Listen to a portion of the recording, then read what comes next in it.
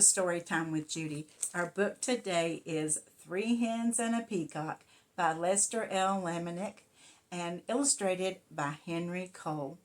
Well, on the farm, there's a dog and there's three hens, and they are just kind of lazy. But then one day, a peacock shows up, arrives at the farm, and the peacock becomes the show. The peacock stands out at the road every day, and customers stop to buy goods from the farmer's stand. Well, the hens get jealous, and they decide they want to do that. Let's find out what happens, or if it's really a disaster.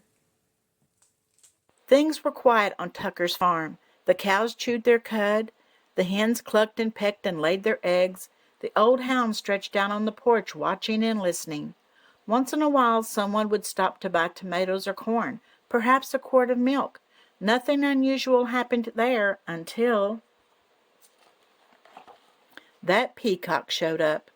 The cows and the hens and the old hound kept right on doing what they'd always done, but that peacock had never lived on a farm.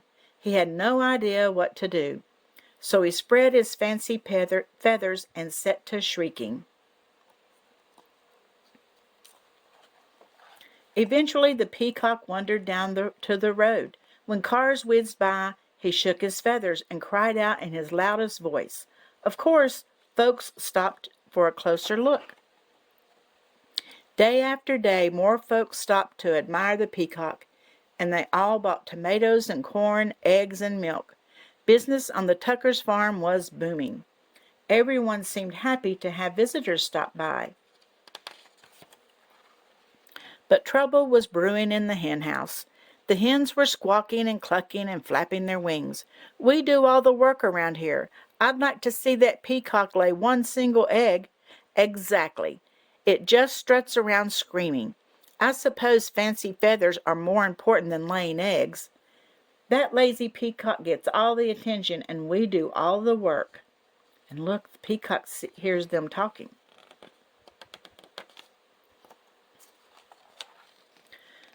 The peacock had heard every word.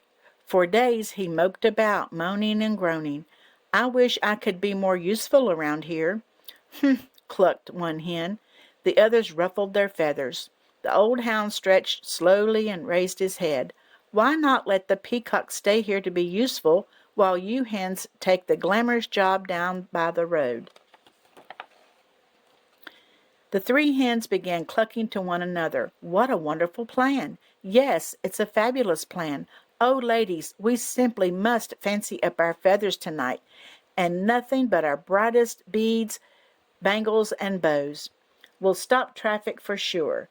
Why, you girls know I can strut with the best of them. The peacock perked up. Let's do it, he declared. Tomorrow I'll stay here, sit on a nest, and cluck. And we'll get all gussied up, said the hens. We'll be so glamorous. At sunrise the next morning the hens strutted down to the road. The peacock marched right to the hen house and poked his head inside. The hens flocked by the road waiting for a car. When they saw one approaching, they clucked and squawked and flapped their wings in a flurry of feathers. But every car whizzed right on by. The peacock sucked in his tummy and wiggled from left to right, trying to squeeze through the tiny hen house door. His front half was in, his back half was out.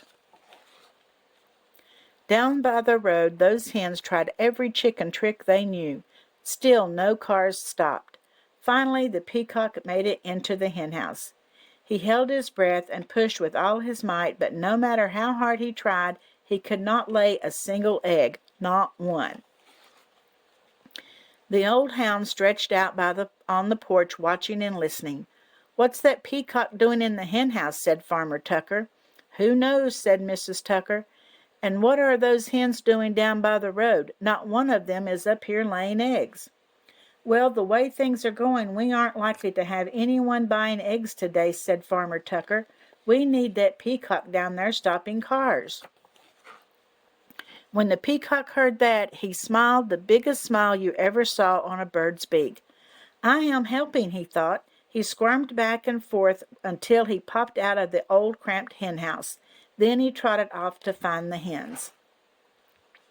The exhausted hens were all clucked out. Every feather was out of place. What a day! We couldn't get one car to stop. It's true, why most of them didn't even slow down. The peacock met the hens as they trudged up the road. I can tell you, I'm no good at laying eggs, he said. I'm just not meant for it. One hen nodded. I put on my stellar strut, and even I couldn't stop a single car, she said. I have to hand it to you, Fancy Feathers. Your job is harder than it looks. The other hens agreed. The peacock looked relieved. So the hens marched back to the hen house. The peacock strutted down to the road. The old hound stretched out on the porch watching and listening, and things were quiet again on the Tuckers' farm. Well, the peacock brought in the customers, didn't he? Because he was unusual and people wanted to stop and see him. But they see chickens all the time, so they really didn't care to stop for the chickens. So you know what? On a farm, there's a job for everyone, and that job is theirs and theirs alone, isn't it? And that's the way it is sometimes with us. I hope you enjoyed this story, and in a way, the dog was smart, wasn't he? He got them to switch places so they could see that their job, the hen's job, was in the hen house, and the peacock's job was at the road. I hope you enjoyed this story, and I'll see you again tomorrow, and don't forget to like and subscribe.